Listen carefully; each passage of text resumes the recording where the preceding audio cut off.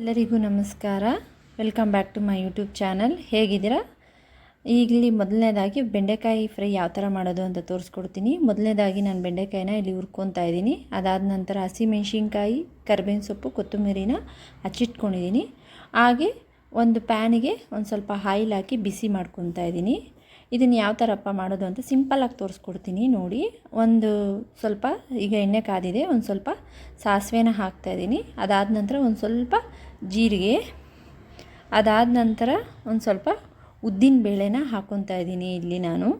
ಹಾಗೆ ಒಂದೇ ಒಂದು ಚಿಟಿಕೆ ಆಗುವಷ್ಟು ಅರಿಶಿನ ಹಾಕ್ಕೊಂಡು ಇಲ್ಲಿ ಅದನ್ನು ಫ್ರೈ ಆಗಲಿ ಅಂತ ಒಂದು ನಿಮಿಷ ಬಿಡ್ತಾಯಿದ್ದೀನಿ. ಫ್ರೈ ಆದಮೇಲೆ ಒಂದು ಸ್ವಲ್ಪ ಕರಿಬೇವಿನ ಸೊಪ್ಪು, ಅದಾದ ನಂತರ ಏನು ಹಚ್ಚಿಟ್ಕೊಂಡಿದ್ವಲ್ಲ ಹಸಿಮೆಣ್ಸಿನ್ಕಾಯಿ ಅದನ್ನು ಹಾಕ್ಕೊತಾ ಇದ್ದು ಇಲ್ಲಿ ಫ್ರೈ ಮಾಡ್ತಾಯಿದ್ದೀನಿ.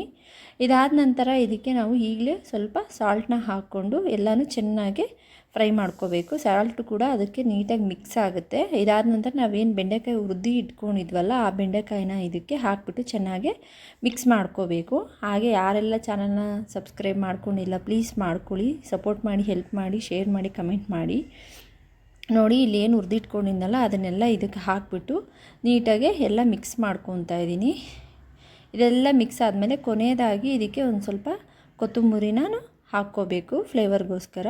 ಇದು ತುಂಬಾ ಚೆನ್ನಾಗಿರುತ್ತೆ ಚಪಾತಿಗೆ, ಎಸ್ಪೆಷಲಿ ಜೋಳದ ರೊಟ್ಟಿಗೂ ತುಂಬಾ ಚೆನ್ನಾಗಿರುತ್ತೆ. ಹಾಗೆ ರೈಸ್ಗೂ ಅಷ್ಟೇ, ಬಿಸಿ ಬಿಸಿ ರೈಸ್ ಜೊತೆ ತಿಂದ್ರೂ ಅಷ್ಟೇ ತುಂಬಾ ಚೆನ್ನಾಗಿರುತ್ತೆ, ಟೇಸ್ಟಿಯಾಗಿರುತ್ತೆ. ಸಿಂಪಲ್ಲಾಗಿ ಏನಪ್ಪ ಮಾಡೋದು ಅಂದರೆ ಈ ಥರ ಮಾಡಿಕೊಂಡ್ರೆ ಸಖತ್ತಾಗಿರುತ್ತೆ. ನಮ್ಮನೇಲಂತೂ ನನ್ನ ಮಗ ತುಂಬಾ ಇಷ್ಟಪಟ್ಟು ತಿಂತಾನೆ ಇದನ್ನು, ಬೆಂಡೆಕಾಯಿ ಫ್ರೈನ. ಹಾಗೆ ಅವ್ನಿಗೆ ಸಾಂಬಾರೆಲ್ಲ ಮಾಡಿದ್ರೆ ಅವನಿಗೆ ಇಷ್ಟನೇ ಆಗಲ್ಲ. ಈ ಥರ ಬೆಂಡೆಕಾಯಿ ಫ್ರೈ ಮಾಡಿಕೊಟ್ರೆ ತುಂಬಾ ಇಷ್ಟಪಟ್ಟು ತಿಂತಾನೆ ನೋಡಿ. ಕೊತ್ತಂಬರಿ ಎಲ್ಲ ಹಾಕಿದ್ದಾದಮೇಲೆ ಒಂದು 2 ನಿಮಿಷ ಅದೆಲ್ಲ ಹೊಂದ್ಕೊಂಡಾದಮೇಲೆ ಒಂದು 2 ಮಿನಿಟ್ಸ್ ಆದಮೇಲೆ ಸ್ಟವ್ ಆಫ್ ಮಾಡಿದ್ರೆ ತುಂಬಾ ಚೆನ್ನಾಗಿರುತ್ತೆ. ನೀವು ಒಂದ್ಸರಿ ಟ್ರೈ ಮಾಡಿ, ಲೈಕ್ ಮಾಡಿ, ಶೇರ್ ಮಾಡಿ, ಕಮೆಂಟ್ ಮಾಡಿ. Thank you for